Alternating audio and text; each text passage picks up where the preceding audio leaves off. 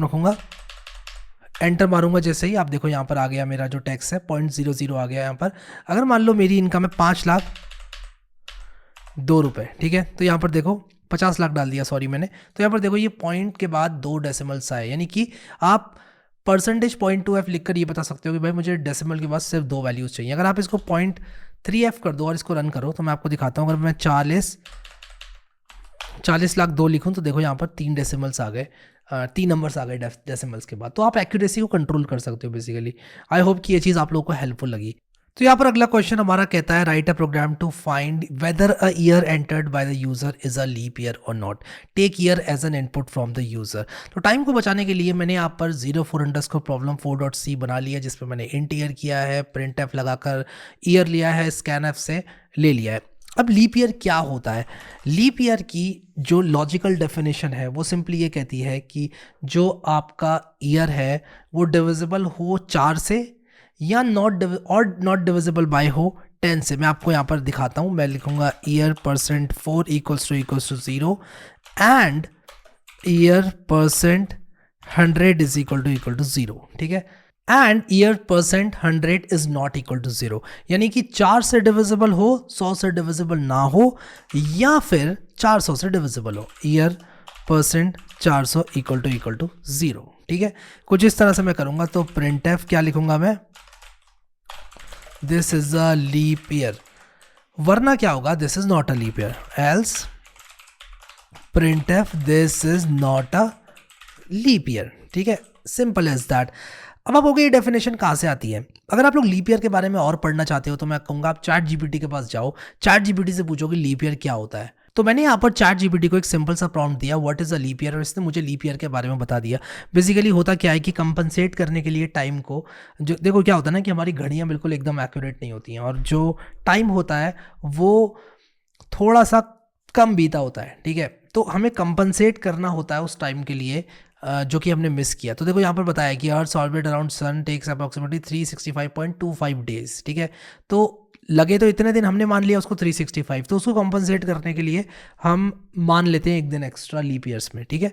तो leap year कैसे determine किया जाता है ये मैंने आप लोगों को बता दिया है, divisible by 4, but if it is divisible by 100 it is not a leap year unless it is also divisible by 100। Basically क्या है कि ये कंडीशन होती है, ये कंडीशन आपको रिमेंबर करनी है अगर आप कर सकते हो तो, क्योंकि लीप ईयर का जो कैलकुलेशन होता है वो काफ़ी काम में आता है, ठीक है। तो आप इसको कुछ ऐसे रिमेंबर कर सकते हो, 4 से डिविजिबल हो और 100 से डिविजिबल ना हो, या फिर 400 से डिविजिबल हो, सिंपल है, ठीक है। इन दोनों में से कोई भी एक कंडीशन अगर मेट होती है तो ये लीप ईयर होगा।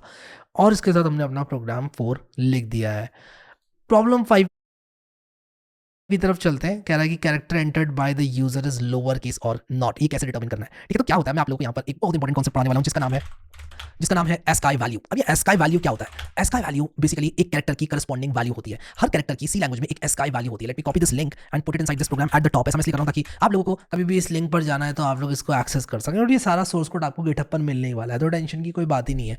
बॉयलर प्लेट कोड डाल देता हूँ सी की, और हम यहाँ पर क्या करेंगे कि लिखेंगे char ch is equal to A. अब अगर मैं लिखता हूं print F the character is percentage C और मैं यहां पर ch लिखता हूं, तब आप लोग देखो कि ये मुझे कैरेक्टर प्रिंट करके दे देगा, the character is a. But अगर मैं यहां पर परसेंटेज डी कर दूं तो आप में से कई लोगों को लगेगा कि ये गलती है, बट ये गलती नहीं है। The value of character is percentage D, जैसे ही मैंने किया ये मुझे एस्काई वैल्यू दे देगा। और यहाँ पर आप देखो the character is a, the value of character is 97, यहाँ पर आ गया। फॉर्मेट कर लेता हूँ अच्छे से बैकस्लैश लगाकर। तो ए की वैल्यू 97 है। Let's check it in ASCII table. 97 वाला कैरेक्टर कौन सा है? 97 वाला कैरेक्टर ए है, 98 वाला कैरेक्टर बी है, 99 वाला सी है। अब मुझे पता करना है कि क्या एक कैरेक्टर लोअर केस है कि नहीं है। तो मैं क्या करूंगा, उसकी एस्काई वैल्यू चेक कर लूंगा, ठीक है। तो देखो weather a character entered by the user is lower case और नॉट। तो 97 से लेकर अगर उसकी एस्काई वैल्यू 122 तक है तो वो लोअर केस है, वरना नहीं है। तो 97 और 122 ये नंबर्स हमारे लिए इंपॉर्टेंट है। 97 और 122, ठीक है, ये नंबर्स हमारे लिए इंपॉर्टेंट है। मैं लिखूंगा if ch is greater than और equal to 97 and C H is less than और इक्वल टू 122, तो क्या करना है, this character is lower case, वरना क्या हो जाएगा, वरना this character is upper case, this character is upper case, this character is upper case, और बैकस्लेशन लगाना मत भूलो मत भूलो मत भूलो, ठीक है, यहाँ भी मत भूलो। और देखते हैं यहाँ पर ए लिखा मैंने कैरेक्टर, उस मैंने कोई गलती करी है, कहीं तो गलती करी है, एफ लिखा, एल्स लिखा, मैंने गलती से सेलेक्ट करके रन कर दिया कोड को कभी सेलेक्ट करके रन नहीं करना है, ठीक है, हमेशा ऐसे रन करना है जब आप सेलेक्ट ना कर रखे हो कोई line. The value of character is 97, the character is lower case, बहुत अच्छी बात है। अब अगर मैं यहाँ पर इसको ऐसे डाल दूँ कैपिटल डी, तो कैरेक्टर इज अपर केस, या अपर केस नहीं, इसको हम नॉट लोअर केस कहेंगे, और मैं आपको बताऊंगा ऐसा मैं क्यों कर रहा हूँ नॉट लोअर केस, क्योंकि सिर्फ अपर केस और लोअर केस कैरेक्टर्स ही नहीं होते हैं, कुछ स्पेशल कैरेक्टर्स भी होते हैं जो कि ना अपर केस है ना लोअर केस है, तो उस केस में क्या होगा, इसीलिए हमें क्या करना है कि ध्यान रखना इन चीज़ों का। तो कैपिटल डी है, अगर मैं स्मॉल जेड लिखूँ तभी क्या मुझे बताएगा ये लोअर केस है, हाँ बता रहा है, कैपिटल ए लिख दूँ तो हाँ बता रहा है this character is not lower case, और इसकी वैल्यू भी बता रहा है, देखो कैपिटल ए की 65 बता रहा है, देखते हैं सही बता रहा है कि नहीं, हाँ सही बता रहा है। तो क्या होगा कि एस्काई वैल्यू बेसिकली कैरेक्टर की करस्पॉन्डिंग इंटीजर वैल्यू है, ठीक है। तो सी लैंग्वेज में कैरेक्टर भी इंटीजर की तरह ही एक नंबर के फॉर्म में स्टोर होता है, लेकिन जब हम फॉर्मेट स्पेसिफायर परसेंटेज सी लगाते हैं तब वो एक कैरेक्टर की तरह प्रिंट होता है हमारे लिए, ठीक है, बढ़िया, बहुत अच्छी बात है। तो यहाँ पर हम और भी कैरेक्टर्स ले सकते हैं, स्पेस भी एक कैरेक्टर होता है, exclamation mark, double quote, hash, dollar, percentage, ampersand, single quote, opening parenthesis, closing parenthesis, star, plus, comma, dash, dot, divide, 0 1 2 3 4, ये सब कैरेक्टर्स के फॉर्म में भी आपको मिल सकते हैं, ठीक है, और नंबर के फॉर्म में भी मिल सकते हैं। तो 7 एक कैरेक्टर भी सी लैंग्वेज में हो सकता है, नंबर भी हो सकता है। अगर आप एज अ कैरेक्टर इनपुट लेंगे, यानी कि आप स्कैन एफ में परसेंटेज सी कर देंगे और उसके बाद 7 दबाएंगे, तो वो 7 एज अ कैरेक्टर होगा जिसकी वैल्यू 55 होती है, ठीक है, तो ये बात आपको ध्यान रखनी है। लेकिन आप परसेंटेज डी करके 7 दबाएंगे कीबोर्ड से, तो आपको 7 एज एन इंटीजर मिलेगा, वो बहुत बढ़िया, समझ में आ गया भाई, क्लैरिटी आ गई एकदम, ये चीज़ तो बन गया भाई, प्रोग्राम मस्त बन गया एकदम। एस्काई वैल्यू भी समझ में आ गई हमको कि एस्काई वैल्यू क्या होती है। एस्काई टेबल का हमने यहाँ पर लिंक भी ले लिया, लेकिन चैट जीपीटी भैया हमारे पास है, गिव मी एस्काई टेबल लिखूंगा तो ये मुझे एस्काई टेबल दे देगा, here is the simplified version of the ASCII. मज़ा आता है यार, चीज़ें एकदम क्लियर हो जाती हैं, ठीक है। तो देखो यहाँ पर पूरा मुझे एस्काई वैल्यू मिल रही है सारे कैरेक्टर्स के साथ, इसने मुझे एस्काई टेबल बनाकर दे दी। इससे अच्छी क्या बात हो सकती है यार, चैट जीपीटी के एरा में जिंदा रहने की, चैट जीपीटी के एरा में जीने से अच्छा कुछ नहीं है यार आप लोगों के लिए, अगर आप स्टार्ट कर रहे हो प्रोग्रामिंग। तो याद रखना मेरी इस बात को, बहुत छोटी लगती है जो चीज़ें हमारे पास होती है ना, वो हमें बहुत ही लीस्ट वैल्यूबल लगती हैं, और चैट जीपीटी मेरे हिसाब से is one of those things, ठीक है। अंडर एस्टिमेट मत करना चैट जीपीटी को, फ्री में आप लोगों के पास है। राइट अ प्रोग्राम, मतलब when I say chat GPT I mean gen AI, वो जेमिनाई हो सकता है, कुछ भी हो सकता है यार, वो कोई भी प्रोडक्ट हो सकता है किसी भी कंपनी का, जो भी सबसे सुपीरियर चल रहा है वो यूज़ करो आप जिस टाइम पर। अब write a program to find greatest of 4 numbers entered by the user. तो ये तो बहुत ही सिंपल सा क्वेश्चन है यार, ये तो मेरे हिसाब से आप लोगों को खुद करना चाहिए, तो मैं आप लोगों से बोलूँगा यार खुद ट्राई करो इसको। हमारे पास इंट ए, बी, सी और डी, ये 2 वैल्यूज़ हैं, सॉरी 4 वैल्यूज़ हैं। इसके अंदर बी में देते हैं कुछ भी 2 देते हैं, सी में देते हैं 6 और डी में देते हैं 32, ठीक है। अब अगर मैं कहूँ कि अगर ए बड़ा है बी से एंड ए बड़ा है सी से एंड ए बड़ा है डी से, तो क्या है, the greatest number is greatest of all is percentage D A, ठीक है। एंड सिमिलर सी चीज हम करेंगे किसके साथ, हम कहेंगे कि भाई अगर बी बड़ा है ए से, बी बड़ा है सी से और बी बड़ा है डी से, तो बी बड़ा हो जाएगा। एंड सिमिलरली हम सी और डी के लिए भी करेंगे, हम कहेंगे सी बड़ा है अगर ए से, सी बड़ा है अगर बी से, और सी बड़ा है अगर डी से, तो greatest of all is C. और डी सबसे बड़ा तब होगा जब डी बड़ा होगा ए से, डी बड़ा होगा सी से, और डी बड़ा होगा किससे, बी से, ठीक है। आओ चला के देखते हैं इसको, और ये हमें बता देगा कि ग्रेटेस्ट ऑफ ऑल क्या है। ग्रेटेस्ट ऑफ ऑल 32 है इसमें, लेकिन अगर मैं इसको 116 कर दूं तो ग्रेटेस्ट ऑफ ऑल यहाँ पर 116 हो जाएगा। तो ये चारों में से जो सबसे बड़ा नंबर होगा वो हमें दे देगा। सिंपल प्रोग्राम था यार, कितना सिंपल प्रोग्राम था, एकदम क्लियर हो गई चीज़ें।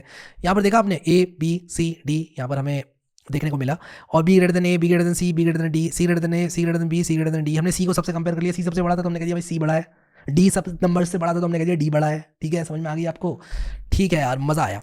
और इसके साथ खत्म होता है हमारे चैप्टर नंबर 3 का प्रैक्टिस सेट। भाई यार ये तो मज़ा दे दिया पूरा चैप्टर 3 प्रैक्टिस सेट, मतलब मज़ा ही आ गया मेरे को ये करने में। और चैप्टर 4 के लिए मैं बहुत ज़्यादा एक्साइटेड हूँ, एंड वहाँ पर हम और नई चीज़ें सीखेंगे। Let's move on to chapter 4 now. Alright, आज हम बात करेंगे लूप्स की, और लूप्स क्या होते हैं सबसे पहले आप लोगों को ये एक्सप्लेन करूंगा कि इसकी क्या ज़रूरत है, लूप्स को क्यों इस्तेमाल करना है। एक सबसे बड़ा रीज़न लूप को इस्तेमाल करने का है रिपीटेशन। फॉर एग्जांपल अगर मैं आप लोगों से कहूँगी सी लैंग्वेज में 10 बार हैप्पी बर्थडे प्रिंट करो, तो आप बोलोगे okay okay that's pretty easy, मैं करके दिखाता हूँ अभी। आप कहोगे कि यहाँ पर एक प्रोग्राम बनाओगे। मैं सबसे पहले यहाँ पर चैप्टर 4 के नाम से एक फोल्डर बना लेता हूँ ताकि चीज़ें ऑर्गेनाइज रहें, क्योंकि मुझे आप लोगों को ये कोड देना भी है बाद में। मैं एक नया प्रोग्राम बनाऊंगा और लिखूंगा 01_loop.c। मैं यहाँ पर बॉयलर प्लेट कोड लगाऊंगा, प्रिंटफ लगाऊंगा, अपना प्रिंटफ लगाऊंगा, और यहाँ पर फिर मैं लिखूंगा हैप्पी बर्थडे, ठीक है। ठीक है, मैंने लिखा हैप्पी बर्थडे, आप कहोगे ओके बहुत अच्छी बात है, लिख दिया। 5 बार लिखना था ना, ये लो आप कहोगे, मैं कहूँगा कि यार इसको रन करके दिखाओ, आप बोलोगे okay run code happy birthday 5 बार हो गया। अब मैं कहूँ आपसे 10 बार लिखो इसको, आप बोलोगे आर यू सीरियस 10 बार, ये लो यार 10 बार लिख दिया, 1 2 3 4 5 6 7 8 9 10, ठीक है ओके। मैं कहूँ 100 बार लिखो, आप बोलोगे कितनी बार, मैं कहूँगा 100 बार लिखो 100 टाइम्स, बोलेगा आर यू सीरियस, मैं कहूँगा हाँ। तो मे भी आप इसको कॉपी करके लिख दोगे 10 बार कॉपी करोगे, आप बोलोगे यार ये इंसान मुझसे क्यों ऐसे काम करा रहा है, पता नहीं क्या हो गया इसको, ठीक है, और आप लिख दोगे 100 बार। लेकिन अगर मैं आपसे कहूँ 10,000 बार लिखो, या मैं आपसे कहूँ 1,00,000 बार लिखो या 2,00,000 बार लिखो, तब शायद आप बोलोगे कि यार ये तो ज़्यादा हो गया और ये तो मैं नहीं कर सकता, दिस इज़ ह्यूमेनली नॉट पॉसिबल। तो जहाँ पर ह्यूमेनली नॉट पॉसिबल यानी कि एक इंसान के द्वारा चीज़ें पॉसिबल नहीं है, वहाँ पर काम आता है कंप्यूटर। और आओ दिखाता हूँ आपको लूप की सहायता से ये काम कैसे किया जा सकता है। लूप हम तब इस्तेमाल करते हैं जब हमें चीज़ों को रिपीट करना होता है, जैसे कि 1 से लेकर 100 तक हमें प्रिंट करना पड़ जाए, 100 फर्स्ट 100 इवन नंबर्स प्रिंट करने पड़ जाएं, तब हम लूप को प्रयोग में लेते हैं। Sometimes we want a program to execute few sets of instructions over and over again, for example printing 1 to 100 first 100 even numbers, ये सब चीज़ें लूप्स बहुत इजीली कर पाते हैं।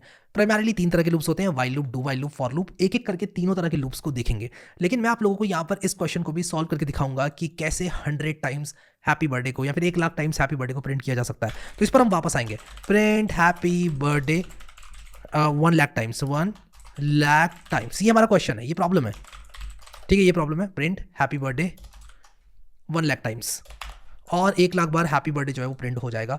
कैसे होगा बताऊंगा, लेकिन उससे भी पहले एक एक करके सारे लूप्स को देखेंगे। तो मैं यहाँ पर एक फाइल बनाऊंगा 02_while.c, जिसमें मैं आप लोगों को वाइल लूप के बारे में बताऊंगा। तो मैं सी का बॉयलर प्लेट कोड डाल दूंगा और मैं यहाँ पर लिखूंगा while i is less than 4। आप कहोगे भाई साहब ये क्या लिख रहे हो, आप कहोगे क्या लिख रहे हो, मैं कहूँगा int i is equal to 0। आप कहोगे 1 मिनट भाई साहब आप लिख क्या रहे हो ये तो बताओ, और मैं यहाँ पर लिख दूंगा printf हैप्पी बर्थडे, ठीक है, कुछ इस तरह से, और बैकस्लैश n लगा दूंगा और सेमीकोलन लगा दूंगा टू टर्मिनेट द स्टेटमेंट। और इसके बाद मैं यहाँ पर कर दूंगा i is equal to i+1, और इसके बाद मैं इसको रन करूंगा। और आप लोग कहोगे कि भाई कर क्या रहे हो, मैं इसको रन करूंगा और ये 4 बार हैप्पी बर्थडे को प्रिंट कर देगा। आप कहोगे What just happened, क्या हुआ ये, तो मैं आपको बताता हूँ क्या हुआ। ये वाइल लूप एक तरह का लूप है, 3 तरह के लूप्स मैंने आपको बताया सी में होते हैं, while loop, do while loop और फॉर लूप। सबसे पहले वाइल लूप को देखते हैं। तो होता क्या है वाइल लूप, लूप का क्या मतलब है, लूप का मतलब है जब एक चीज बार बार रिपीट हो रही है, यानी कि एक ब्लॉक ऑफ कोड है, ये क्या है जो मैंने हाईलाइट किया हुआ है अपनी स्क्रीन पर, ये है ब्लॉक ऑफ कोड। जब एक ब्लॉक ऑफ कोड को मल्टीपल टाइम्स रन करना होता है उसे हम लूप कहते हैं, यानी कि एक ही ब्लॉक बार बार रन होगा उसे लूप कहते हैं। इस केस में ये जो हाईलाइटेड चीज है, जो कि हाईलाइटेड ब्लॉक ऑफ कोड है,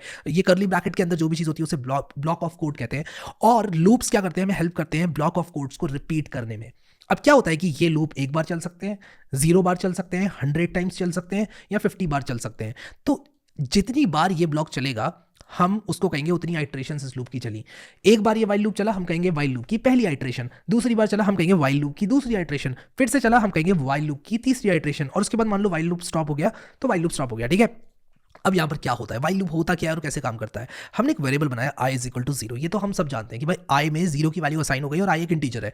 फिर हमने लिखा while i is less than 4, तो क्या होगा कि ये कंडीशन चेक होगी, जो वाइल के अंदर कंडीशन है वो चेक होगी, ट्रू की फॉल्स। जब मैं सी लैंग्वेज में कहता हूं ट्रू की फॉल्स, मेरे कहने का मतलब है एक नॉन जीरो वैल्यू या 0। तो यहां पर अगर ये एक नॉन जीरो वैल्यू यानी कि i less than 4 है क्या, हाँ i less than 4 है, तो क्योंकि ये कंडीशन ट्रू है इसलिए ये ब्लॉक ऑफ कोड चलेगा, ठीक है। और जब ये ब्लॉक ऑफ कोड चलेगा तो ये क्या करेगा, एक तो ये हैप्पी बर्थडे को प्रिंट करेगा पहली आइट्रेशन में, और ये i की वैल्यू को इस बार 0 से 1 बना देगा। समझ रहे हो आप लोग, ये i की वैल्यू को 0 से 1 बना देगा। अब i की वैल्यू 1 है, और उसके बाद जब ये दोबारा चलेगा while i is less than 4, ये कंडीशन चेक होगी, i की वैल्यू अब 1 है, तो i की वैल्यू यहां पर चेक होगी। क्या 1 is less than 4? The answer is yes, the value 1 is less than 4। और यहां पर ये प्रिंट हैप्पी बर्थडे करेगा और इस बार i की वैल्यू 2 हो जाएगी।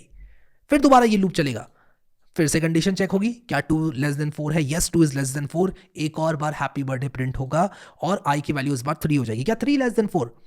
मतलब कि ये चलेगा, दोबारा ये यहां पर i is less than 4 check होगा, क्या 3 is less than 4, yes 3 is less than 4। फिर से हैप्पी बर्थडे प्रिंट होगा और क्या होगा, यहां पर i की वैल्यू इस बार 4 हो जाएगी। क्या 4 is less than 4? नहीं भाई साहब, नहीं होता है 4 less than 4। 4 is equal to 4, 4 में less than equal to 4 करेंगे तब ट्रू होगा। 4 less than 4 is 4 is false, ठीक है, 4 less than 4 is false। तो क्या होगा यहां पर ये while लूप टर्मिनेट हो जाएगा और टोटल 4 बार हैप्पी बर्थडे प्रिंट हो जाएगा। And this is how while loops work. Happy birthday happy birthday happy birthday happy birthday, 4 bar happy birthday print हो गया। तो आप यहां पर देख सकते हो मैंने लिखा है while कंडीशन इज ट्रू, कुछ कोड लिखा जाएगा जो कि रन होगा और ये block keeps on executing as long as the condition is true. भाई जब तक ये कंडीशन ट्रू है तब तक ये ब्लॉक चलता रहेगा। अच्छा, ये कंडीशन अगर हमेशा ट्रू है तो क्या ये ब्लॉक हमेशा के लिए चलता रहेगा? हाँ, हमेशा के लिए चलता रहेगा। और इसका यहाँ पर हम एक एग्जांपल बहुत जल्दी देखेंगे, लेकिन अभी यहाँ पर एक वाइल लूप का एग्जांपल देखो, जिस वाइल लूप की अभी हमने बात की, हमने ऑलरेडी एग्जांपल देखा, but let's run this example as well. i is equal to 0 while i is less than 10 the value of i is, हम वैल्यू ऑफ i प्रिंट कर रहे हैं और यहाँ पर हमने i प्लस प्लस लिखा है। इसका क्या मतलब है? अभी के लिए आप ऐसा समझ लो कि i is equal to i plus 1 को हम i प्लस प्लस भी लिख सकते हैं, i प्लस प्लस सेमीकोलन ये भी लिख सकते हैं, लेकिन अभी मैं आप लोगों को इंक्रीमेंटिंग और डिक्रीमेंटिंग ऑपरेटर के बारे में और बताऊंगा। इसको इंक्रीमेंटिंग ऑपरेटर कहते हैं और ये क्या करता है, आई की वैल्यू को 1 से बढ़ा देता है। But will come back to increment and decrement operators. अभी के लिए आप इसको ऐसा समझ लो कि यार ये आई की वैल्यू को 1 से बढ़ा देता है, ठीक है, और इंडीड बढ़ाता है ये, ठीक है। अब आएंगे हम लोग एक दूसरे एग्जाम्पल में जिसमें हम लोग वैल्यू ऑफ आई भी प्रिंट करेंगे। तो मैं यहाँ पर 03 वाइल वैल्यू डॉट सी के नाम से एक बनाऊंगा, बॉयलर प्लेट कोड लिखूंगा और यहाँ पर मैं इस कोड को कॉपी कर लूँगा, एज इस कॉपी कर लूँगा और इसको पेस्ट करूँगा यहाँ पर।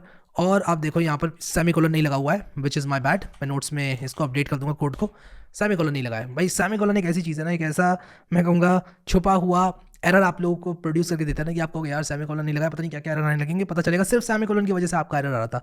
तो हाँ, आपको थोड़ा केयरफुल रहना पड़ेगा। रन करते हैं इस प्रोग्राम को और फिर इसके आउटपुट को समझेंगे। और यहाँ पर एक बैकस्लैश एन लगाना इज़ अनिवार्य if you want your value to look beautiful, ठीक है। तो मैं नोट्स में भी प्रोग्राम को अपडेट कर दूंगा। तो वैल्यू ऑफ आई इज़, यहाँ पर परसेंटेज डी भी लिखना चाहिए था हमको, तभी वैल्यू आएगी आई की। तो यहाँ पर देखो the value of I is 0, फिर आया 1 2 3 4 ऑल द वे टिल 9। तो ये कैसे काम कर रहा है प्रोग्राम, इसको भी समझते हैं और उसके बाद हमारी अंडरस्टैंडिंग आई होप की बहुत अच्छी हो जाएगी।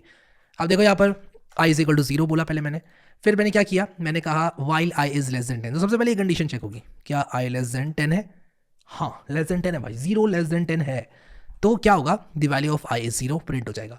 फिर उसके बाद आई की वैल्यू बढ़ेगी, 1 जाएगी, 2 जाएगी, 3 जाएगी, 4 5 6 7 9 तक आ जाते हैं, 10 के पास आ जाते हैं 9 तक। जब आई की वैल्यू 9 होगी तब क्या होगा, 9 less than 10 will be true और यहाँ पर the value of I is क्या होगी, 9 प्रिंट हो जाएगा। The moment value of I becomes 10 आपको रियलाइज होगा कि 10 less than 10 is false and the loop terminates. हाँ, यही हमें टर्मिनोलॉजी यूज करनी है, हमें सीखनी है terminology. And the loop terminates, loop terminate हो जाएगा, लूप शुरू हो जाएगा, लूप बंद हो जाएगा, लूप बैठ जाएगा, लूप फट जाएगा। ये सब चीजें आप लोग को लगेगा फनी, लेकिन जब आप इंटरनेशनली क्लाइंट से बात करोगे, जब आप बड़े प्रोजेक्ट पर काम करोगे, ये सब टर्मिनोलॉजीज नहीं चलेंगी। आप आनी चाहिए प्रोफेशनल टर्मिनोलॉजी। मजाक तो मैं भी बहुत करता हूँ, बट प्रोफेशनल टर्मिनोलॉजी अगर आपको नहीं आएगी तो आप अपने क्लाइंट्स के साथ कम्युनिकेट नहीं कर पाएंगे, ठीक है। तो ये चीज़ आपको याद रखनी है। अब आएंगे हम यहाँ पर और हम एक इनफाइनाइट लूप का एग्जाम्पल देखेंगे। इनफाइनाइट लूप क्या होता है? अब अगर मैं कुछ ऐसा कर दूं कि ये जो कंडीशन है अपडेट ही ना हो पाए, यानी कि आई की वैल्यू चेंज ही ना हो, तो ये कंडीशन भी सेम रहेगी, ट्रू रहेगी, हमेशा ट्रू रहेगी, इनफाइनाइट लूप बनेगा। आओ देखते हैं कि मैं क्या कह रहा हूँ, क्या समझाने की कोशिश कर रहा हूँ। इनफाइनाइट लूप डॉट सी एक बॉयलर प्लेट कोड डालेंगे। इनफैक्ट बॉयलर प्लेट कोड नहीं, इसी प्रोग्राम को कॉपी करेंगे और इस बार बस क्या करेंगे कि यहाँ पर आई प्लस प्लस ना करने की बजाय कुछ नहीं करेंगे, कुछ भी नहीं करेंगे। आई की वैल्यू 0 है, 0 लेस देन 10 ये प्रिंट होगा, फिर 0 लेस देन 10 ये प्रिंट होगा, फिर 0 लेस देन 10 ये प्रिंट होगा, फिर 0 लेस देन 10 ये प्रिंट होगा, फिर 0 लेस देन 10 ये प्रिंट होगा। होता रहेगा, होता रहेगा, होता रहेगा, होता रहेगा। आपको क्या चल रहा है? हो सकता है आपके कंप्यूटर के पंखे चलने लगे, होता है, ऐसा होता है, आपका कंप्यूटर गर्म हो जाएगा, ठीक है, सीपीयू थोड़ा झटका लेगा आपका, अरे क्या क्या कर दिया भाई इसने, चला के दिखाता हूँ अपने कंप्यूटर में। और ये देखो जलवा, ये देखो जलवा, ये देखो जलवा, ये देखो भाई जलवा, चले पड़ा प्रोग्राम, चले पड़ा, चले पड़ा, चले पड़ा, चले पड़ा, रुक ही नहीं रहा, रुक ही नहीं रहा, रुक ही नहीं रहा, प्रिंट करे जा रहा है एक इंस्ट्रक्शन बार बार बार बार बार बार बार बार बार बार। और सी लैंग्वेज बहुत फास्ट है, तो देखो 0 0 0 0 0 0 होते जा रहा है। डिलीट करो भाई इसको, बंद करो, कहीं मेरे कंप्यूटर में कुछ हो जाए। एक और एग्जांपल दिखाता हूँ आपको इनफाइनाइट लूप का। आई प्लस प्लस कर दूंगा, लेकिन यहाँ पर आई लेस देन 10 ना करके 2 लेस देन 10 कर दूंगा, जो कि एक बहुत ही ट्रू स्टेटमेंट है, बिल्कुल यूनिवर्सल ट्रूथ है ये, 2 इज लेस देन 10। तो यहाँ पर हम इसको रन करेंगे कोड को और यहाँ पर आई की वैल्यू तो इंक्रीमेंट होती रहेगी, लेकिन कभी रुकेगा नहीं ये लूप, क्योंकि 2 लेस देन 10 जो कि कंडीशन चेक हो रही है वो तो हमेशा ट्रू रहेगी, ठीक है। फर्स्ट आइट्रेशन पे भी, दूसरी आइट्रेशन पे भी, तीसरी आइट्रेशन पे भी, चौथी आइट्रेशन पे भी एंड सो ऑन, ठीक है। रन करते हैं इसको और आप देखना यहाँ पर क्या होगा अभी। ये देखो भाई साहब, ये देखो वैल्यू ऑफ आई बढ़ती जा रही है, बढ़ती जा रही है, बढ़ती जा रही है, बढ़ती जा रही है। टर्मिनेशन की कोई बात ही नहीं चल रही है यहाँ पर, क्योंकि 2 लेस देन 10 लिखा हुआ है, ठीक है। तो ये इनफाइनाइट लूप है, इसको चलाओ तो डिलीट कर देना जल्दी, ज़्यादा देर तक मत चलाना अपने कंप्यूटर में, खासकर अगर आपके पास प्राचीन काल का कंप्यूटर हो, डुअल कोर वाला या फिर कोर टू डुओ वाला या पेंटियम P4, उस तरह के प्राचीन काल के कंप्यूटर भी लोग चलाते हैं, काफ़ी लोग चलाते हैं। आप चला रहे हैं तो भाई ख़राब हो सकता है, मुझे ब्लेम मत करना, ठीक है। बट इनफाइनाइट लूप देख सकते हो चला के एक बार के लिए, ठीक है।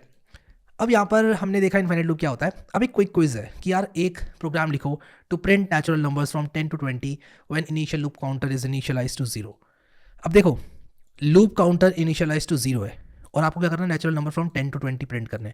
कैसे करोगे? कई तरीके हैं इस काम को करने के। एक तो इफ कंडीशन लगा दो, क्विक अंडरस्कोर क्विज लिखेंगे, बॉयलर प्लेट कोड डालेंगे, और मुझे प्रॉब्लम सॉल्व करने में काफ़ी मज़ा आता है, काफ़ी मज़ा आता है प्रॉब्लम सॉल्व करने में।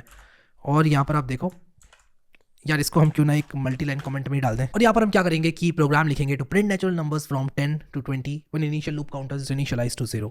तो initial loop counter initialise to 0, पहले जो बात है वो कर लेते हैं, मतलब जो बात बोली गई है प्रोग्राम में उसको कर लेते हैं।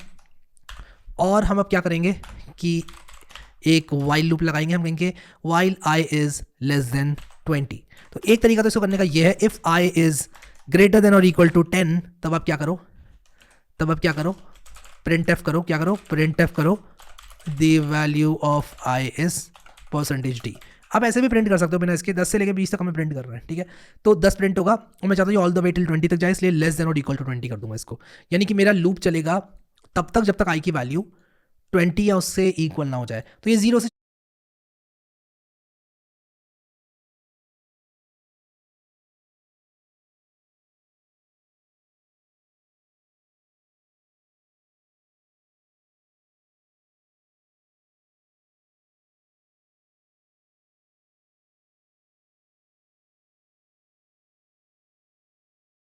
चलना स्टार्ट होगा।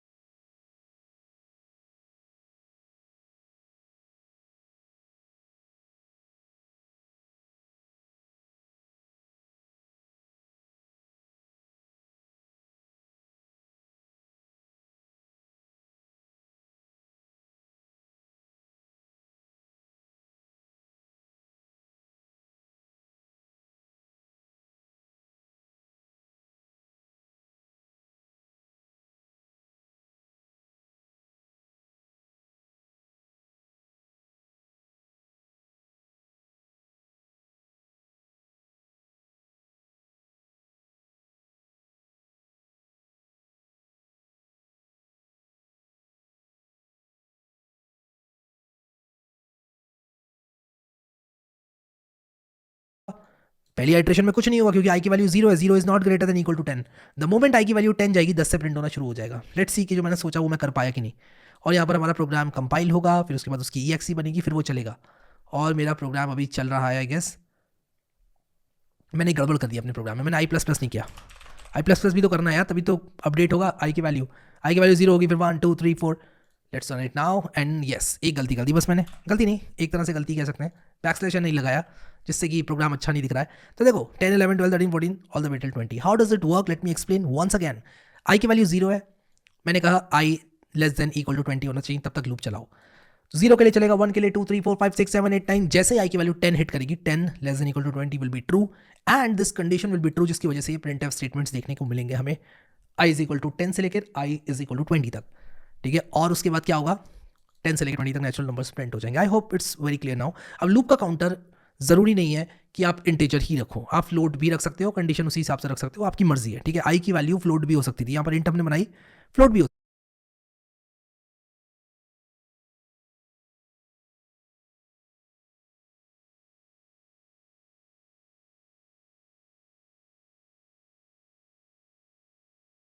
सकती थी, ठीक है।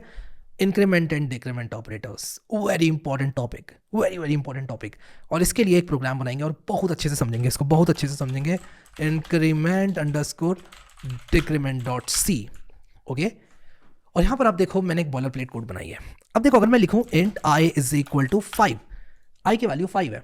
अगर मैं लिखूँ I is equal to I plus 5, I की वैल्यू क्या हो गई अब 5 और 5 10, आई की वैल्यू 10 हो गई यहाँ पर। तो अगर मैं यहाँ पर प्रिंट एफ करूँ और मैं लिखूँ the value of I is percentage D और यहाँ पर आई लिखूँ, यानी कि मैं कुछ इस तरह से अगर लिखूँ और एक बैकस्लैश भी लगाऊंगा तो वैल्यू ऑफ आई 10 प्रिंट हो जाएगा, नो सरप्राइजेस व्हाटसोएवर। और अगर मैं यही लाइन कॉपी करके यहाँ पर लिखूँ तो वैल्यू ऑफ आई 5 होगी, यानी कि यहाँ पर वैल्यू ऑफ आई 5 थी तो 5 प्रिंट हो जाएगा।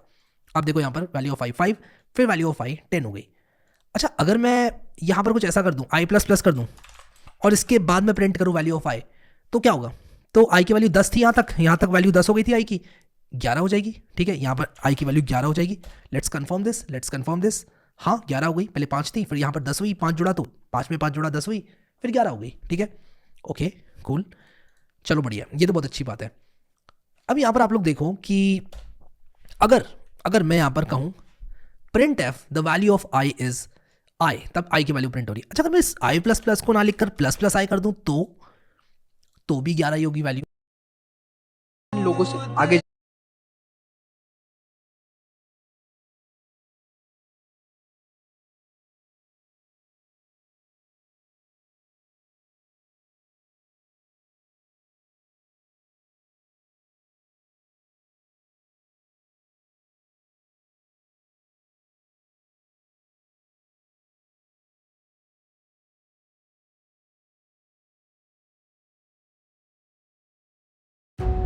Hello, you?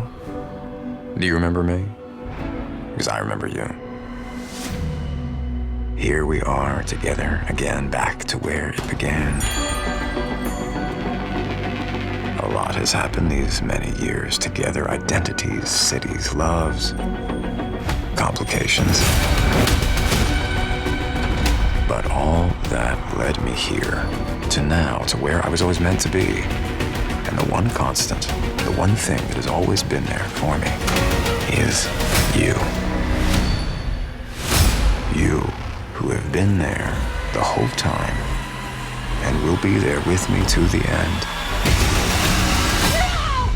Goodbye, you.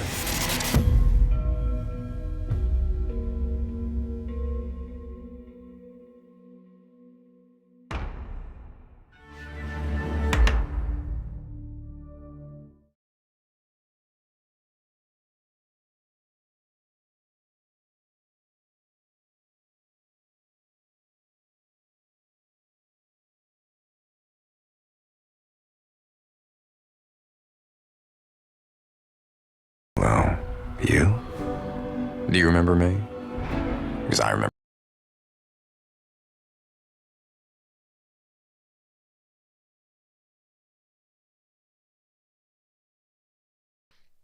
तो भी 11 ही होगी वैल्यू, ओके। तो क्या ये प्लस प्लस आए और आई प्लस प्लस एक ही बात है? नहीं नहीं, बट यार 11 आई प्लस प्लस से भी हुई थी और प्लस प्लस आई से भी 11 हुई वैल्यू, मतलब आई प्लस प्लस भी आई में एक इंक्रीमेंट कर रहा है और प्लस प्लस आई भी आई में एक इंक्रीमेंट कर रहा है। हाँ बट ये डिफरेंट कैसे हैं, समझते हैं। अब देखो मैंने यहाँ पर प्लस प्लस आई किया तो क्या होगा, आई की वैल्यू इंक्रीमेंट होगी बाय 1, आई प्लस प्लस से भी वही होगा, लेकिन हाउ आर दीज डिफरेंट? आ जाओ देखते हैं। अगर मैं डायरेक्टली इसको यहाँ से हटाऊँ, मैं यहाँ डायरेक्टली लिख दूँ प्लस प्लस आई, तो क्या होगा, पहले आई की वैल्यू इंक्रीमेंट होगी फिर आई प्रिंट होगा, तो क्या प्रिंट होगा, 11 प्रिंट होगा। पहले आई की वैल्यू इंक्रीमेंट होगी क्योंकि प्लस प्लस पहले लिखा है, फिर आई प्रिंट होगा, 11 वैल्यू प्रिंट होगी। बट अगर मैं इसी को आई प्लस प्लस कर दूं तब क्या होगा, तब आई की वैल्यू 10 प्रिंट होगी। देखो मैंने इसको कमेंट आउट कर दिया है, ठीक है। आई की वैल्यू अभी 10 है, मैं इसको हटा ही देता हूँ यहाँ से। आई की वैल्यू अभी 10 है और यहाँ पर आई की वैल्यू 10 ही प्रिंट होगी और उसके बाद वो 11 हो जाएगी। तो देखो आई की वैल्यू तो 10 ही प्रिंट हुई क्योंकि आई प्लस प्लस पहले प्रिंट करता है। मैं यहाँ पर लिख देता हूँ I plus plus prints first and then increments, इसे कहते हैं पोस्ट इंक्रीमेंट ऑपरेटर। और प्लस प्लस आई क्या करता है, plus plus I increments first and then prints increments first and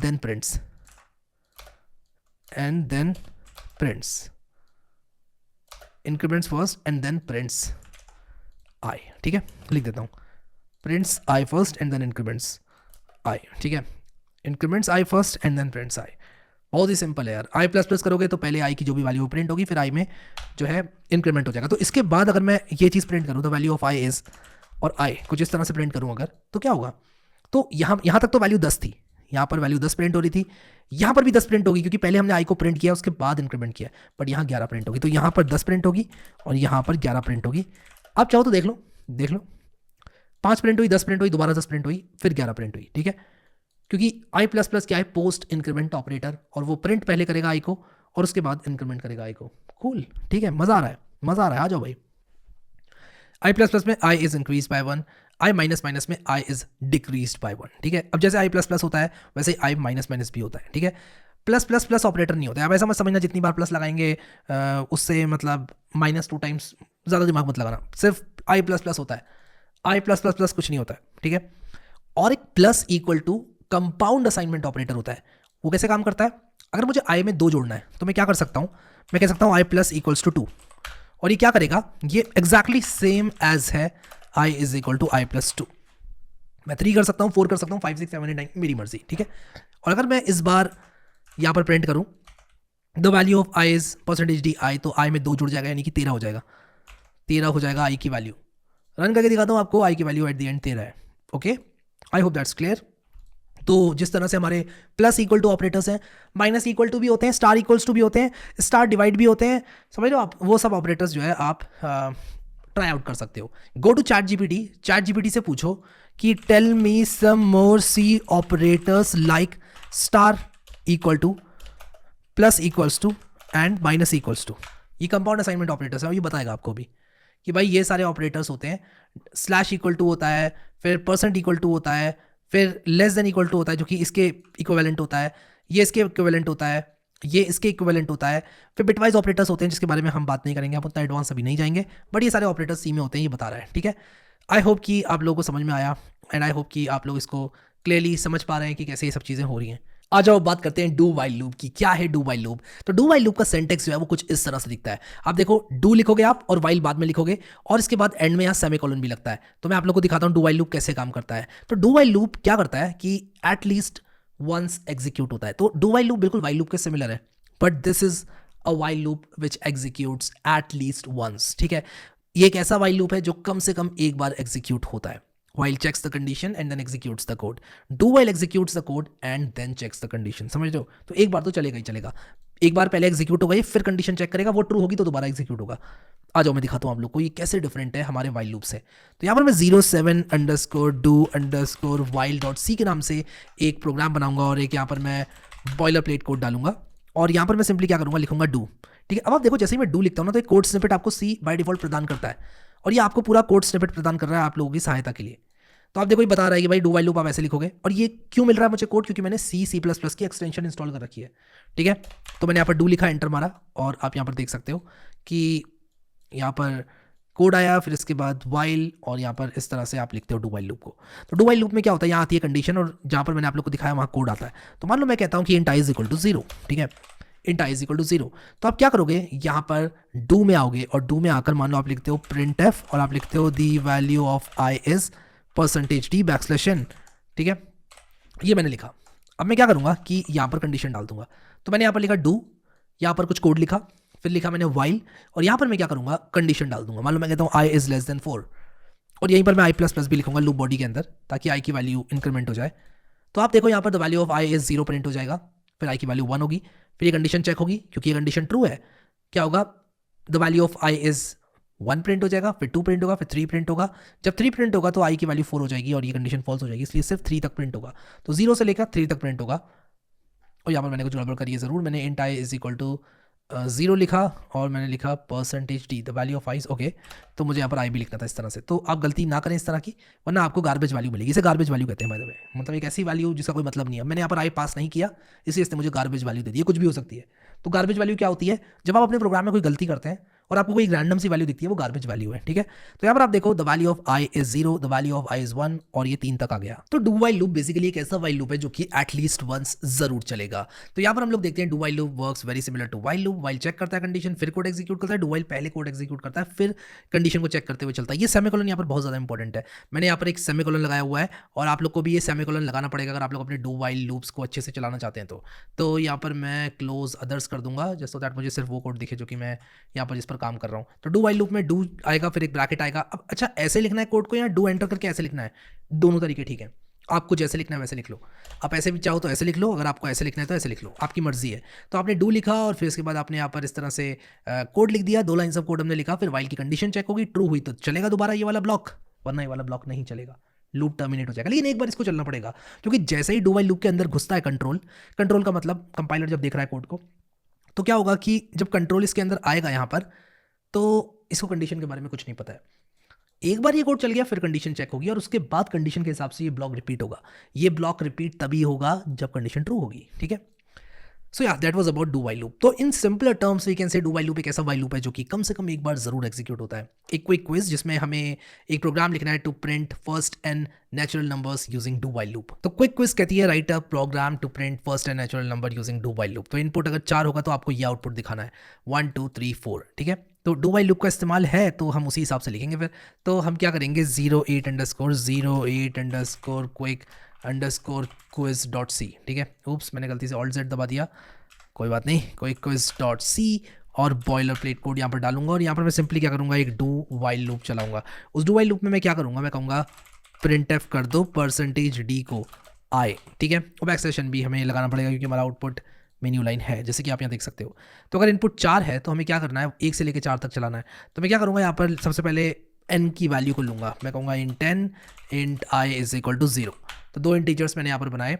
अब मैं क्या करूँगा, अच्छा मैं यहाँ पर कॉमा भी लगा सकता था तो वो मेरी मर्जी है, ठीक है। मैं ऐसे लिखूँ या मैं ऐसे लिखूँ मेरी मर्जी है वो, ठीक है। फिर मैं क्या करूँगा, मैं कहूँगा scanf %d और मैं कहूँगा ampersand क्या ampersand n, क्योंकि n को मुझे लेना है एज एन इनपुट। n की वैल्यू मान लो 5 है, n की वैल्यू मान लो 5 है, तो मुझे क्या करना है 1 से लेके 5 तक लिखना है। तो मैं कहूँगा while i is less than or equal to n, क्योंकि यहाँ देखो n की वैल्यू अगर 4 है तो 1 से लेके 4 तक जा रहा है, तो यहाँ पर मुझे i is less than equal to n करना पड़ेगा और i की वैल्यू को मुझे 1 करना पड़ेगा। तो एक बार i प्रिंट होगा, फिर इसके बाद i++ करेंगे यहाँ पर, और यहाँ सेमीकोलन जरूर लगाओ वाइल के बाद। डू वाइल का सिंटैक्स ही कुछ इस तरह का है, सेमीकोलन जरूर लगाओ। तो आप देखो यहाँ पर हम क्या कर रहे हैं, इंटेंड कर रहे हैं, i की वैल्यू को 1 कर रहे हैं, scanf करके n की वैल्यू को रीड कर रहे हैं। और उसके बाद हम क्या कर रहे हैं, हम कह रहे हैं कि सबसे पहले i की वैल्यू को प्रिंट करो, फिर i की वैल्यू को इंक्रीमेंट करो, अगर i लेस देन n है तो दोबारा i की वैल्यू को प्रिंट करो, i लेस देन n है तो दोबारा प्रिंट करो, एंड तब तक करते रहो जब तक i की वैल्यू n के बराबर ना हो जाए। और उसके बाद क्या होगा, i की वैल्यू एक टाइम पर n से बड़ी हो जाएगी और ये डू वाइल लूप रुक जाएगा। तो चलो देखते हैं, सबसे पहले बेस केस के लिए देख लेते हैं जो कि हमें क्वेश्चन में दिया हुआ है। अगर मैं 4 लिखूँ यहाँ पर और एंटर मारूँ तो क्या होगा, तो यहाँ पर क्या हो गया, मैंने 44 एंटर मार दिया आई गेस। यस, दोबारा चलाते हैं यार, दोबारा चलाते हैं। 4 एंटर मारा मैंने, और जैसे ही मैंने यहाँ पर 4 लिखकर एंटर मारा, अब देखो 1 2 3 4 यहाँ पर प्रिंट हो गया। तो इनपुट था 4, 1 2 3 4 प्रिंट हो गया। तो इस तरह से काम करता है डू वाइल लूप। अब बात करेंगे फॉर लूप की, एंड ये फॉर लूप है ये बहुत ज़्यादा इंपॉर्टेंट है और मैं कहूँगा सबसे ज़्यादा यूज़ होने वाला है सी लैंग्वेज के अंदर। तो यहाँ पर आप देखो the syntax of a typical for loop looks like this. तो यहाँ पर फॉर आएगा, इनिशियलाइज किया, टेस्ट किया, इंक्रीमेंट या डिक्रीमेंट किया, ब्रैकेट लगाया और कोड लिखा, ब्रैकेट बंद। क्या मतलब है इस चीज़ का, क्या क्या है ये आपको बताता हूँ। मैंने कहा सबसे पहले आएगा इनिशियलाइजेशन स्टेटमेंट, फिर टेस्ट यानी कि कंडीशन टेस्ट, और इंक्रीमेंट या डिक्रीमेंट। आओ यार इसको कोड में समझते हैं, ऐसे समझ में नहीं आने वाला ये, कोड में समझते हैं। 09_for.c के नाम से एक फाइल बनाते हैं और बॉयलर प्लेट कोड डालते हैं। तो देखो सबसे पहले मैं क्या करूँगा, मैं लिखूंगा int i = एक काम करते हैं int n = 6 लिखते हैं, ठीक है। एक n बना लिया। मैं पहले तो फॉर लिखूंगा। सबसे पहला जो स्टेटमेंट होता है फॉर में, देखो 3 स्टेटमेंट्स आते हैं, 3 पीसेज ऑफ कोड में कह सकता हूँ आते हैं। पहला एक ऐसा पीस ऑफ कोड होता है जो कि इनिशियलाइजेशन के लिए यूजफुल होता है, तो मैं लिखूंगा int i = 0, ठीक है। दूसरा जो पीस ऑफ कोड है, मतलब एक बार मैंने लिखा एक स्टेटमेंट, फिर मैंने सेमीकोलन लगा दिया। दूसरा जो स्टेटमेंट है वो है कंडीशन जो कि चेक होगी, मैं कहूँगा i is less than n। तीसरा है एक ऐसा स्टेटमेंट जो कि हर आइट्रेशन के बाद एग्जीक्यूट होगा, और उसको अभी के लिए i++ कर देते हैं, और उसके बाद मैं आपको बताऊंगा। रिमेंबर कि आइट्रेशन का मतलब होता है कि लूप का ये जो ब्लॉक ऑफ कोड है वो जब जब चल रहा है वो आइट्रेशन कहलाती है। एक बार ये फॉर लूप के ब्लॉक ऑफ कोड चला उसे हम फर्स्ट आइट्रेशन कहेंगे, उसके बाद चला सेकंड आइट्रेशन कहेंगे, उसके बाद चला थर्ड आइट्रेशन कहेंगे। जब तक चलता रहेगा उसको हम आइट्रेशन कहेंगे कि भाई एक आइट्रेशन हो गई फॉर लूप की, दूसरी आइट्रेशन हो गई फॉर लूप की। और ये जो फॉर लूप होता है ये लूप ही इसीलिए क्योंकि इसमें जो ये ब्लॉक ऑफ कोड है वो बार बार चलता रहता है बेस्ड ऑन सर्टेन कंडीशंस। वो कंडीशंस क्या है फॉर लूप की, आओ मैं आप लोगों को बताता हूँ। तो मैं अभी के लिए बस एक प्रिंटफ डालूंगा जिसमें मैं लिखूंगा the value of I is percentage D, backslash N भी लगा लेते हैं, सेमीकोलन लगा लेते हैं। तो देखो यहाँ पर मैंने लिखा and I is equal to 0, ठीक है। ये जो स्टेटमेंट है ये सिर्फ एक बार चलेगा जब फॉर लूप में एंट्री होगी। तो आई की वैल्यू 0 आ गई, बढ़िया। फिर ये कंडीशन है जो कि चेक होगी, क्या आई लेस देन एन है? हाँ आई लेस देन एन है। मैं यहाँ पर int I is equal to 0 already लिख चुका हूँ तो दोबारा यहाँ पर नहीं लिखूंगा। Int I is equal to 0 है, आई लेस देन एन है, हाँ है, आई लेस देन एन है। फिर उसके बाद आई प्लस प्लस नहीं होगा अभी। अगर आई लेस देन एन है तो ये लूप के अंदर एंट्री मार देगा, और एक बार इसे लूप के अंदर एंट्री मार दी तो ये वाला कोड एग्जीक्यूट हो जाएगा। और ये वाला कोड एक बार एग्जीक्यूट होता है उसके बाद ये वाला स्टेटमेंट एग्जीक्यूट होगा। एक मिनट, क्यों क्यों भाई? रूल होता है फॉर लूप का, सिर्फ एक बार ये एग्जीक्यूट होगा, फिर उसके बाद ये कंडीशन चेक होगी। अगर ये ट्रू है तो ये जो स्टेटमेंट है, जो भी ये पीस ऑफ कोड है ब्लॉक के अंदर, मैं कहूँगा ये ब्लॉक एग्जीक्यूट हो जाएगा। सही टर्मिनोलॉजी है ये बोलना कि ये ब्लॉक एग्जीक्यूट हो जाएगा। और उसके बाद एक बार ये ब्लॉक एग्जीक्यूट हो गया आई प्लस प्लस हो जाएगा, विच मीन्स कि आई की वैल्यू ऑफ 1 है। फिर कंडीशन चेक होगी, ट्रू है तो ब्लॉक एग्जीक्यूट होगा, फिर अपडेट हो जाएगा आई। फिर कंडीशन चेक होगी, ब्लॉक एग्जीक्यूट होगा, अपडेट हो जाएगा आई। फिर कंडीशन चेक होगी, ब्लॉक एग्जीक्यूट होगा और अपडेट हो जाएगा आई। और ये कब तक होता रहेगा? जब तक ये कंडीशन ट्रू है। तो क्या ये int I is equal to 0 सिर्फ एक बार चलेगा? हाँ, कब? जब फॉर लूप स्टार्ट होगा रन होना, इनकी सिर्फ एक बार। और उसके बाद ये कंडीशन और ये जो अपडेशन है वो होता रहेगा बस, ठीक है। अब आ जाओ, अब देखो आपको समझ में आएगा जो मैंने लिखा है। 3 स्टेटमेंट्स हैं, एक है इनिशियलाइज, एक है टेस्ट, एक है increment. Setting a loop counter to an initial value, जैसे कि हमने int I is equal to 0 किया, टेस्ट में चेक होती है कंडीशन, और इंक्रीमेंट में अपडेट होता है लूप काउंटर। तो यहाँ पर आप देखो हमने आई इज इक्वल टू 0 किया, आई लेस देन 3 किया, आई प्लस प्लस किया, पीस ऑफ कोड डाला, तो क्या होगा? ये तो एक बार चलेगा और ये चेक होकर ये ब्लॉक चलेगा, फिर ये चलेगा, फिर ये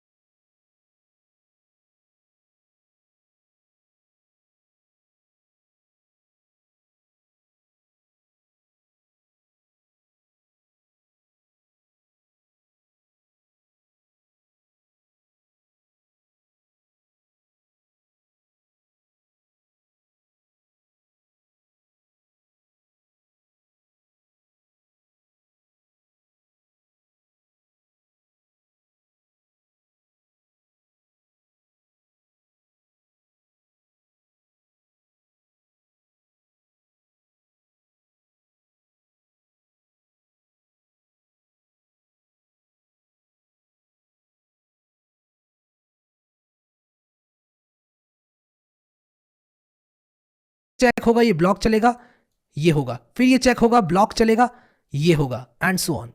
तो यार हमें एक प्रोग्राम लिखना है to print first and natural numbers using for loop. आ जाओ यार, ये क्विक क्विज करते हैं। ये क्विक क्विज ही हमें फॉर लूप्स को समझने में हेल्प करेगी।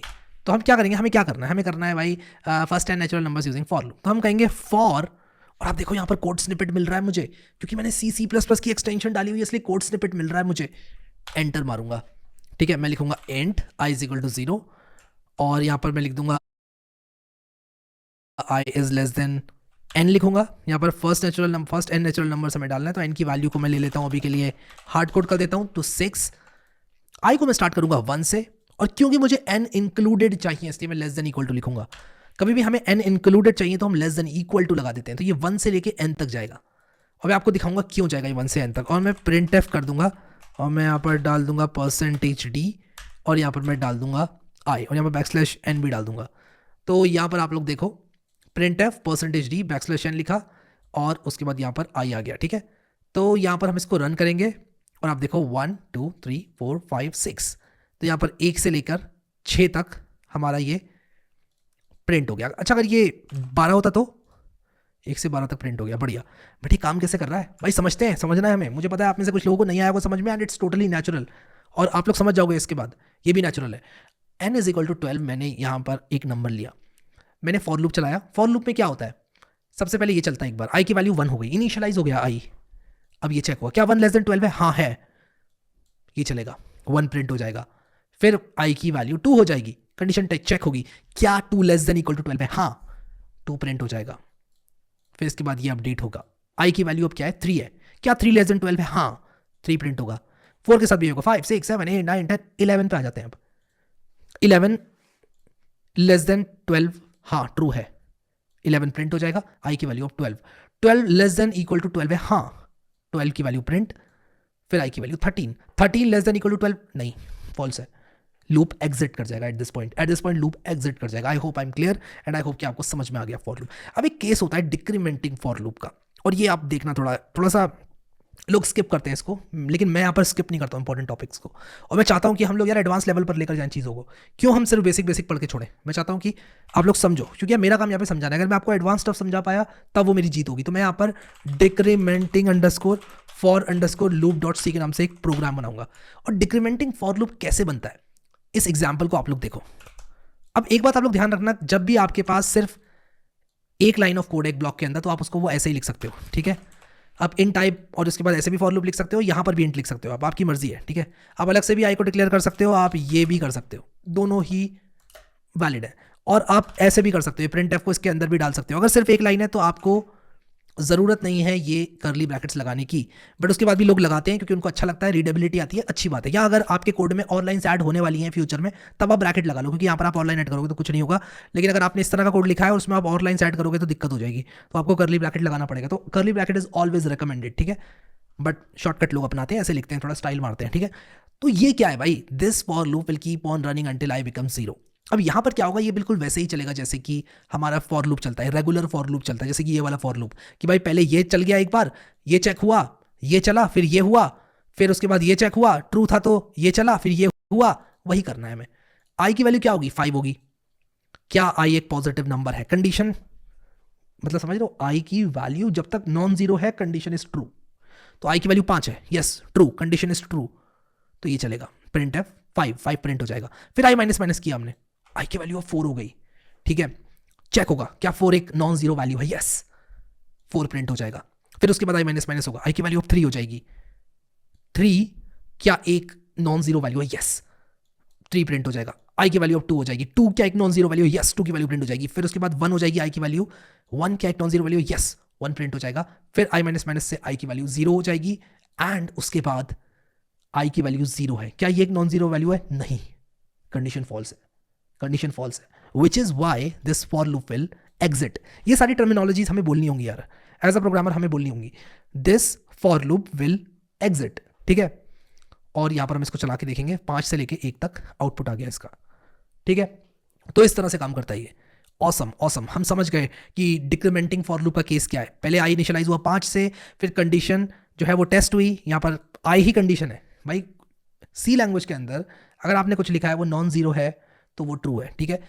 अब आई इज डिक्रीमेंटेड, कोड एग्जीक्यूट हुआ, आई डिक्रीमेंट हुआ, ये होता रहेगा, कोड एग्जीक्यूट होगा, आई डिक्रीमेंट होगा, कोड एग्जीक्यूट होगा, आई डिक्रीमेंट होगा। कब तक होता रहेगा ऐसा? जब तक ये जो कंडीशन है वो ट्रू है। Condition I is checked and code is executed if it's not zero, क्योंकि आई की वैल्यू जब तक नॉन जीरो है तब तक ट्रू है वो। Any non zero value in C language is true and so on until I is non zero, ठीक है। तो अब आपको क्या करना है, रिवर्स ऑर्डर में नेचुरल नंबर्स को प्रिंट करना है, जो कि मैंने ऑलरेडी करके दिखा दिया है आप लोगों को।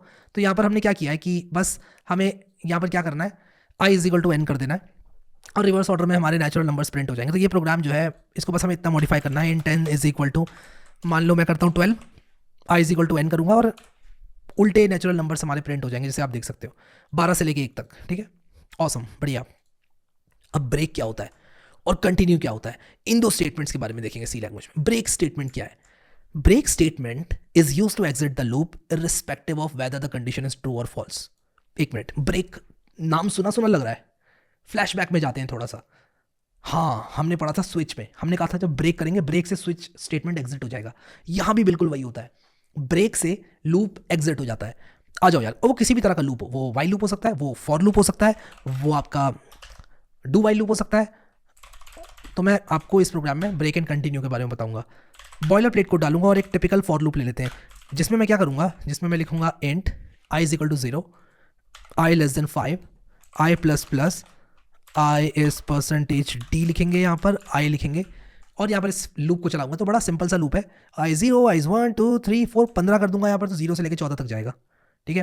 अच्छा, ये चीज़ ना आप कहीं ना कहीं रट लो, और मतलब अजीब सा लगेगा, साउंड करेगा अजीब सा, बट रट लो यार कि जब एक फॉर लूप है, आई इज इक्वल टू 0 से स्टार्ट हो रहा है और आई लेस देन एन तक है, तो वो 0 to n-1 तक जाएगा।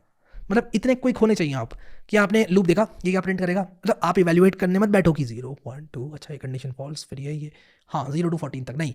कोई भी फॉर लूप लिखा हुआ है जिसमें लेस देन की कंडीशन लगी हुई है, यहाँ पर ऐसे लिखा हुआ है, यानी ये फॉर लूप है, आई इज इक्वल टू 0 से स्टार्ट हो रहा है, आई लेस देन 15 है, तो 0 से लेके 14 तक प्रिंट करेगा। अगर मैं लेस देन इक्वल टू कर दूंगा तो 0 से लेके 15 तक प्रिंट करेगा। तो कहीं ना कहीं आपको ये याद होना चाहिए। If you've ever used an online drive like OneDrive or Google Drive before, you'll know that they aren't the most generous people on earth when it comes to free tiers. However, there is light at the end of the tunnel, and that is Telegram. That's why in this video I'm going to be building a storage solution that you can use to store your special stash safely and encrypted on Telegram, and most importantly, without paying a single penny. As always, the first thing we need to do is choose our tech stack. Unsurprisingly, I went with Python again. To interact with the Telegram API, I used the Telefon package, which I regretted literally 10 minutes after starting to code the project. I decided to make it a CLI application because apparently having a front-end and back-end folder is too confusing for some people. Enough said, let's get into the actual code.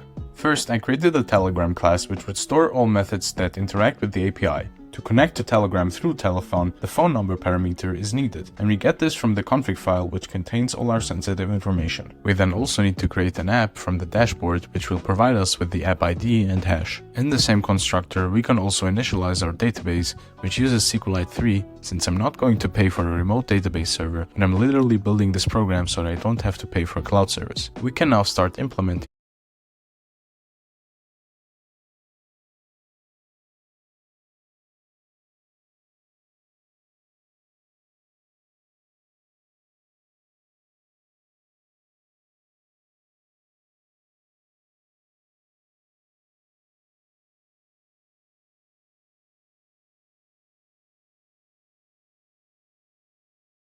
the upload functions. Note that one very important thing that happened and delete the message associated with that file on Telegram. Implementing the list method is pretty easy. We just have to loop through each stored file in our database and print them out as a table using a package called PrettyTable.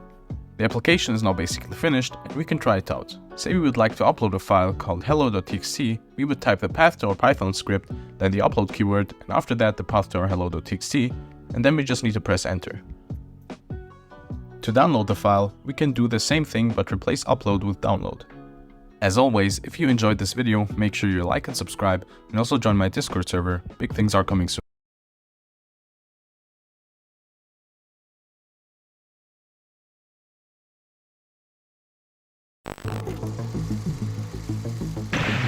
इस इस कार्यक्रम को रोककर हम आपके लिए लाए voice हैं मैक्सिंग। क्या कभी आपको ऐसा लगता है कि आपकी जो हाई पिच्ड वॉइस है वो आपके पर्सोना के साथ में मैच नहीं करती? I'm pretty sure आप लोगों ने कभी ना कभी तो विश किया हो कि आपकी आवाज थोड़ी सी गहरी, थोड़ी सी इंटिमिडेटिंग या थोड़ी सी सेडक्टिव साउंड करती है। आप अकेले नहीं हो इस बोर्ड में। आओ तुमको एक सोल्यूशन बताता हूँ, वॉइस मैक्सिंग। मेरी आवाज सही में बहुत ही ज्यादा पतली थी।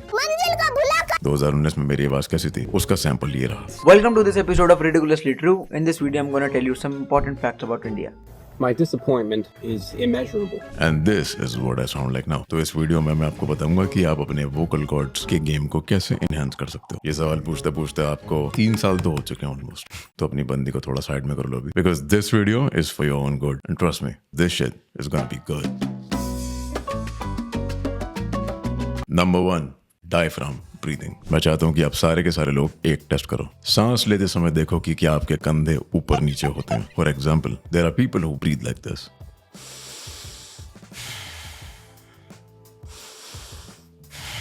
You can clearly see the movement of the shoulders, right? When I'm breathing. This is wrong. हालांकि ये कुछ गलत नहीं है, पर अगर आप ट्रांजिशन करना चाहते हो अपनी आवाज को into something deeper, then you have to stop doing this. इसको shallow breathing बोलते हैं और ये हम में से ज्यादातर लोग जाने अनजाने में इस्तेमाल करते हैं। Shallow breathing आपकी आवाज के लिए अच्छा नहीं है। It's pretty ineffective and it also puts a lot of strain on your vocal cords. इसके बजाय start breathing from your diaphragm. सांस लेते वक्त फोकस करो आपके कंधे ऊपर न जाए। No jokes भाई, आपकी सांस आपके पेट में जानी चाहिए। To make it easier, जब आप सांस लो आपका पेट एक्सपैंड होना चाहिए और तुम्हारे शोल्डर्स भी स्टिल रहना चाहिए। ये टेक्निक शुरू में अजीब लगती है, लेकिन ट्रस्ट में अगर आप इस टेक्निक पे फोकस नहीं करोगे, बाकी के सारे पॉइंट आपके लिए इररिलेवेंट है। डायफ्राम आपके शरीर का ये हिस्सा होता है, ये आपके लंग्स के जस्ट नीचे ही होता है। छोटा सा वॉइस का एग्जांपल दूंगा अगर मैं आपको। मैं 2 बार एक ही चीज बोलूंगा। पहली बारी में सिर्फ सांस गले तक भरूंगा और दूसरी बारी में मैं अपने डायफ्राम से बात करूंगा। नंबर 1, हाय, मेरा नाम विशेष है, आपसे मिलकर अच्छा लगा। अगर यही चीज मैं डायफ्राम से ब्रीथ करके बोलूं, एक गहरी सांस भर के अगर मैं डायफ्राम से पुश करके अपनी आवाज को बाहर निकालूं, तो it's gonna sound something more resonant. Hi, मेरा नाम विशेष है, आपसे मिलकर अच्छा लगा। You see the difference? Start practicing it now. चलो। और ये चीज मैं दोबारा मेंशन कर रहा हूँ, ये पॉइंट सबसे ज्यादा इंपॉर्टेंट है। इस ट्रिक की प्रैक्टिस करने के बाद जो आपकी आवाज में चेंज आना शुरू होगा, it is not comparable to